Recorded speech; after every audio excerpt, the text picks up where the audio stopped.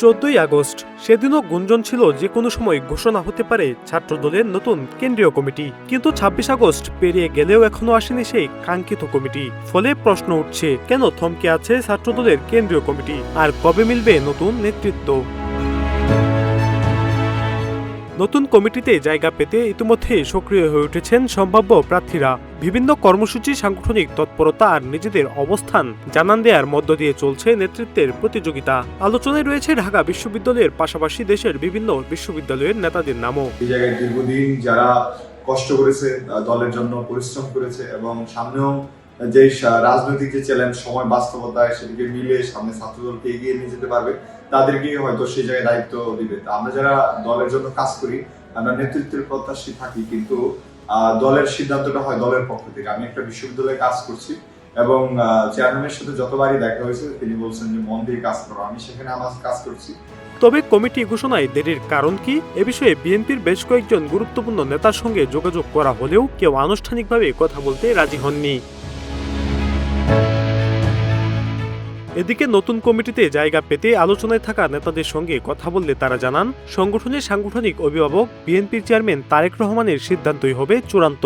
বাংলাদেশ জাতীয়তাবাদী ছাত্রদল, আপনি দেখবেন কলা গাছ, সে কিন্তু 16 থেকে 18 মাসের মধ্যে সে ফল দেয়, কিন্তু সেগুন কাঠ সে কিন্তু ফল দেয় না। কিন্তু 35 থেকে 40 বছর লাগে একটা সেগুন কাঠ মজবুত হইতে। সেই সেগুন কাঠ মানুষ ঘরে রাখে, কলা গাছ কিন্তু রাখে না। তো সেগুন কাঠের মতো শক্ত মজবুত নেতৃত্ব, যেটা ঝড়েও, প্রবল ঝড়েও কোনো কিছু টলাইতে পারবে না নীতি থেকে, এরকম দৃঢ় নেতৃত্ব এবং 16 বছরের পরীক্ষিত নেতৃত্ব।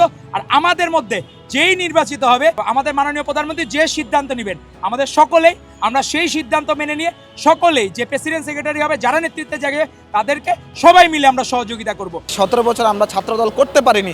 আমরা যদি এখন 5 আগস্টের পরবর্তী সময় আপনি মনে করেন, আমরা এই 2 বছরই কিন্তু ছাত্র রাজনীতি করেছি।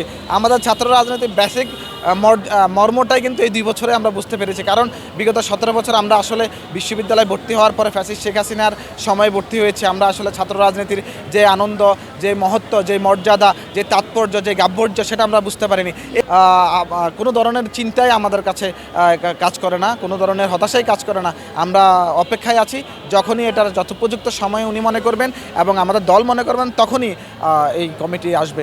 এর আগে 2024 সালের জুলাই গণ অভ্যুত্থানের প্রায় 3 মাস আগে ঘোষণা করা হয়েছিল ছাত্রদলের বর্তমান কেন্দ্রীয় কমিটি। দীর্ঘ সময় ধরে দায়িত্ব পালন করা এই কমিটির সভাপতি রাকিবুল ইসলাম রাকিবের দাবি, নানা প্রতিকূলতা ও অপচেষ্টা মোকাবেলা করে সংগঠনকে এগিয়ে নিয়েছেন তারা। ছাত্রদল দীর্ঘদিন লড়াই সংগ্রাম শেষে আজ এই পর্যায়ে এসেছে। আল্লাহর রহমতে একটি স্ট্রাকচার গঠন করতে সক্ষম হয়েছে।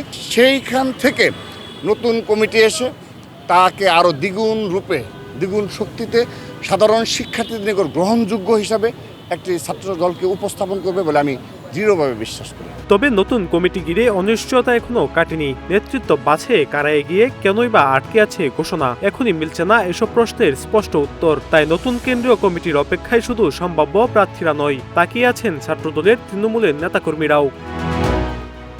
আল সাদি, ইত্তেফাক নিউজ, ঢাকা।